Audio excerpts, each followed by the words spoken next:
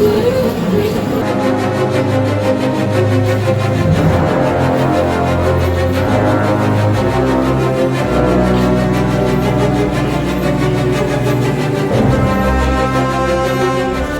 என் புள்ளைய காணுமே, இங்கதானே விளையாடிட்டு இருந்தான்னு கதறி துடித்த தாய்.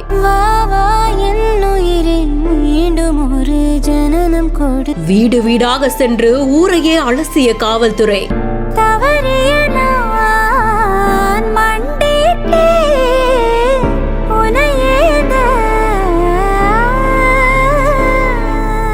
அம்மா திட்டாங்கன்னு சொன்னா புத்திமதி சொல்லி கூட்டிட்டு வந்தேன்னு எங்கிருந்தோ தெய்வம் போல் வந்தவரை பார்த்து கையெடுத்து கும்பிட்ட நிகழ்ச்சி தருணம்.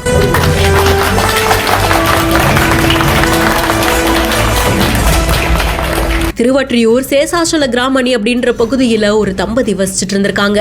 இவங்களுக்கு 2 பெண் குழந்தைகள் இருக்காங்க. அதுல மூத்த மகளுக்கு 10 வயது இருக்கும். ஞாயிற்றுக்கிழமை இரவு 7:30 மணி அளவுல வீட்டு வாசல்ல வழக்கம் போல அந்த 2 பெண் குழந்தைகளும் அக்கம் பக்கத்துல இருந்த சிறுவர்களோட சேர்ந்து விளையாடிட்டு இருந்திருக்காங்க. அப்போதான் அக்கா இல்லாம தங்கச்சி மட்டும் விளையாடுறத பார்த்து பெத்தவங்க அதிர்ச்சி அடைஞ்சு மூத்த மகளை பல இடங்கள்ல தேடி இருந்திருக்காங்க. ஆனா எங்கேயும் கிடைக்காததுனால உடனடியா திருவற்றியூர் காவல் நிலையத்துக்கும் போய் புகார் கொடுத்திருந்திருக்காங்க. காவல்துறையினர் கிட்டத்தட்ட 3 மணி நேரமா அக்கம் பக்கத்துல இருக்கிற வீடுகள், சிசிடிவி கேமரா காட்சிகளை ஆய்வு செய்யறதுன்னு தேடுதலை தீவிரப்படுத்தி இருந்திருக்காங்க.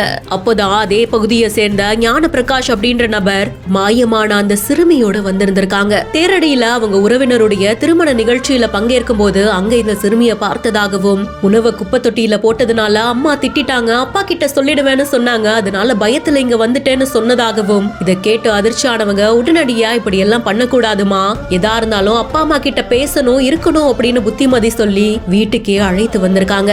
என் புள்ளைய யாராவது அடிச்சா கூட பின்னாடி மறைச்சு தடுப்பேன், ஆனா இப்படி ஆயிடுச்சு அப்படின்னு தாய் வருத்தப்படக்கூடிய காட்சிகள் தாய் மகள் மேல எவ்வளவு பாசமா இருந்திருக்காங்க என்றதை நினைச்சு நம்மளையும் கலங்க வைக்குது.